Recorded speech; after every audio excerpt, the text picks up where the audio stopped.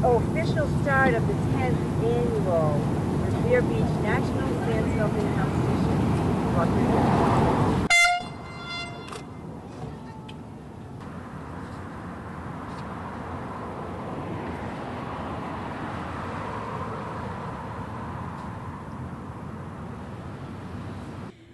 Hi, I'm Debbie Pesca, and we're here at the Sand Sculpting Festival. It is Wednesday, and the competition has begun. So we're here, and we are going to get an update from Meredith at what's been happening and to see how it's all coming together. And we're also going to meet the sculptors that have arrived, get to speak to them, and get a few more updates and a few more surprises. So let's take a look. Hi, Meredith here again. I'm at the Centerpiece. You can see the Centerpiece is well underway. Shouldn't say well underway. It's almost completed. We're just doing logos now. The elements, all the elements are in for the Boston Strong theme, and we're doing the sponsors' logos.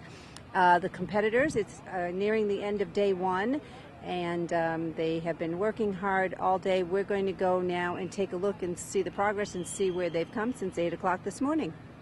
Okay, Justin Gordon in plot 1, he is already carving. This is the afternoon of the first day.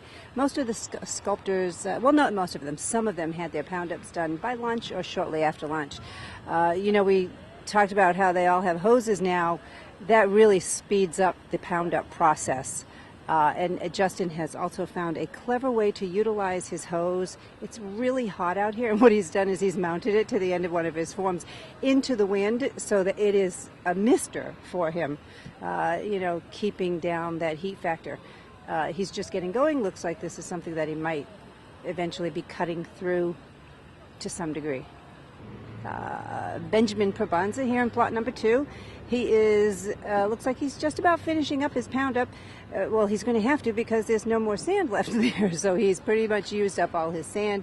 Looks like he's topping off the third form. Just compacting it, walking around, stomping on it, but he did get that all wet before he stomps it down. Now, Steve is not local to Massachusetts, but he lives in Rhode Island, so he drives in, and one of the benefits of that is, you see that blue form up on the top? He brought that with him. We supply all the wood, but if there's anything else they want to use, they have to supply it themselves. That's what we call a flexible form. It's above-ground pool siding that they just cut to the desired length, and then they C-clamp it, and they fill it with sand and water the same way they do the wooden forms. You can also see he's releasing his first wooden form. He's already taken the nails out. There he is with the crowbar taking it out from that corner. They pull the nails out and then just pull the piece of wood away from it, and you have a block of sand.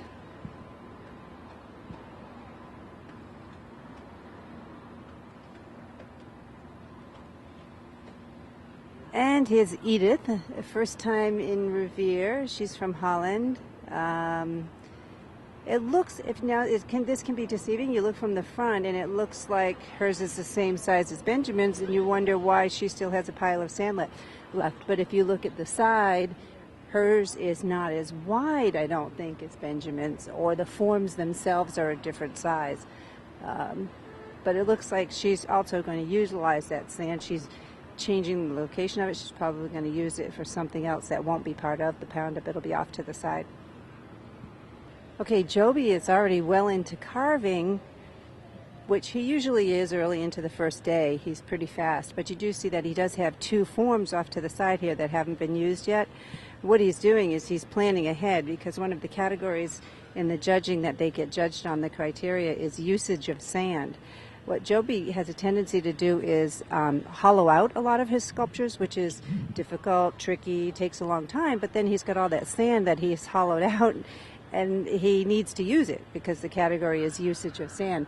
So he's probably going to put these 2 forms somewhere else on his site and fill those with the sand that he has carved out of whatever it is he's carving. Okay, here we are at Marianne's plot. Marianne's not here. She might be taking a break. She might be in the restroom. You know, it is a long day, so they do step away from their piles every now and then.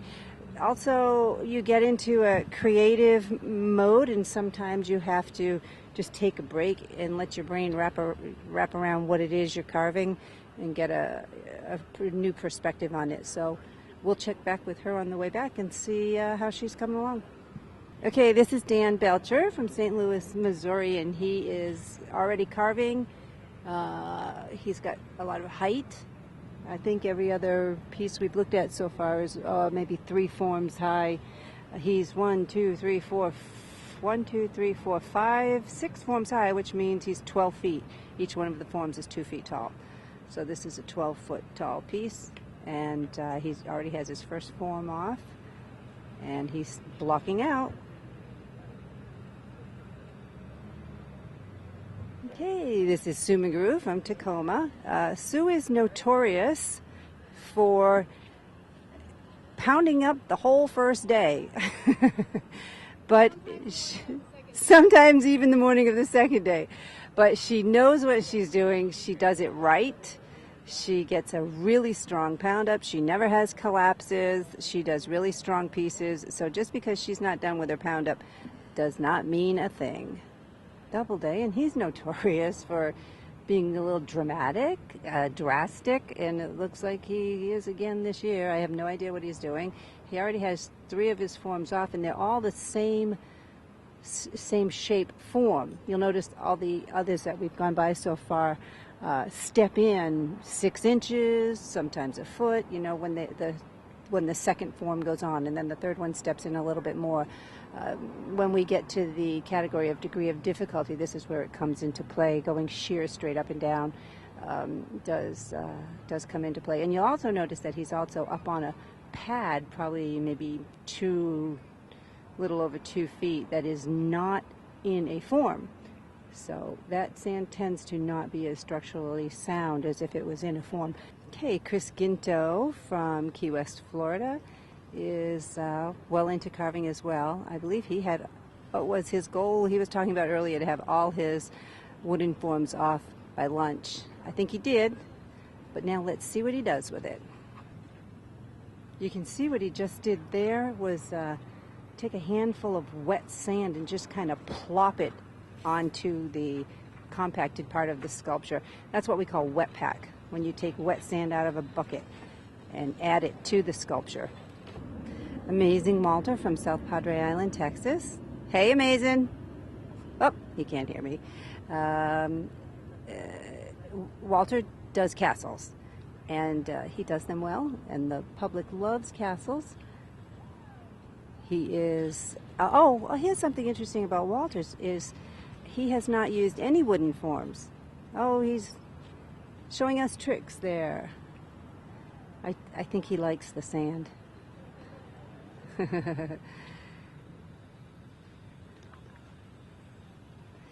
He hasn't used any wooden forms at all. He's using all flexibles, and he either brought those with him or bought them here somewhere. That's not above ground pool siding. That's a different grade of plastic.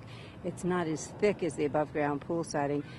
The above ground pool siding that you saw in Steve Topazio's is much thicker, heavier, and it's a little bit more difficult to travel with.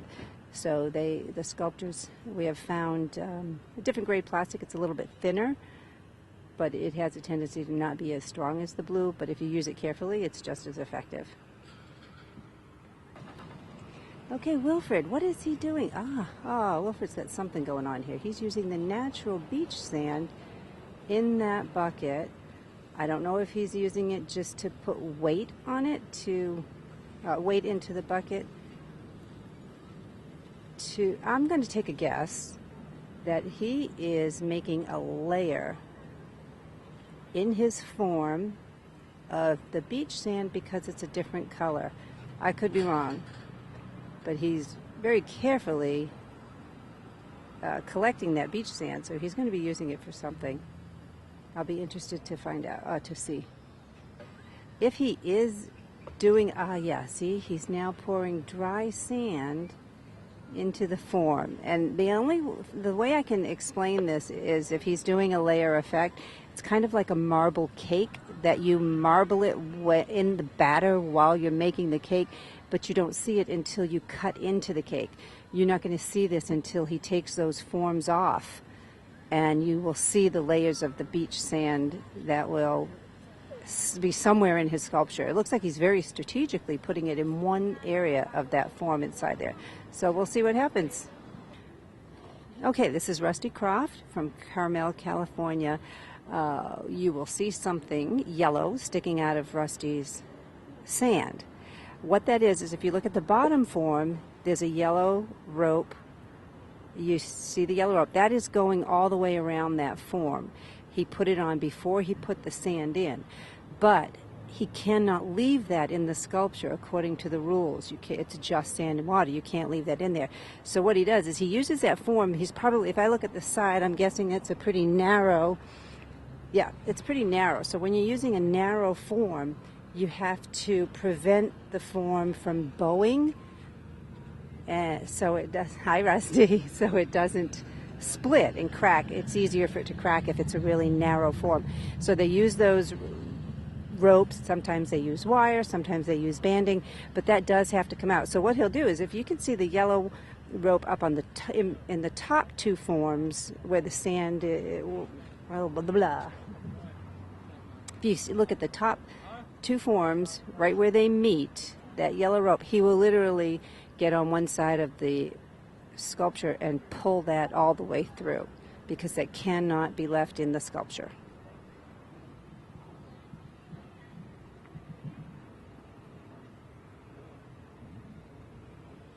Here's Sandy Fee from South Padre Island, Texas. Sandy has a very unique style. She's very good at it. She's really one of the only carvers that uses it quite a bit in competition, and she does it well. She does a type of like forced perspective, very interesting things, usually a lot of detail. Sandy has taken advantage of a nice umbrella. She has it sticking into her form on the back side so she can get out of the sun. And all the way down here in plot number 15, last but certainly not least, is Sandesh. Oh, now he's blocking out, but you can see he has etched into the sand there. It looks like a nose and a chin.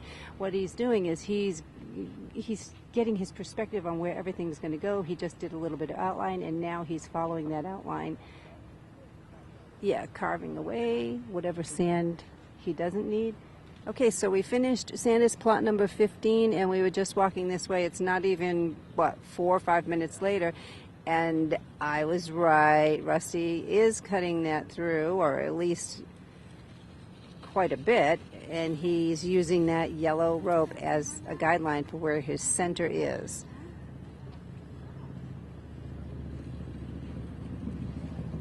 You can see all he does, just take that shovel and take out everything that he doesn't want.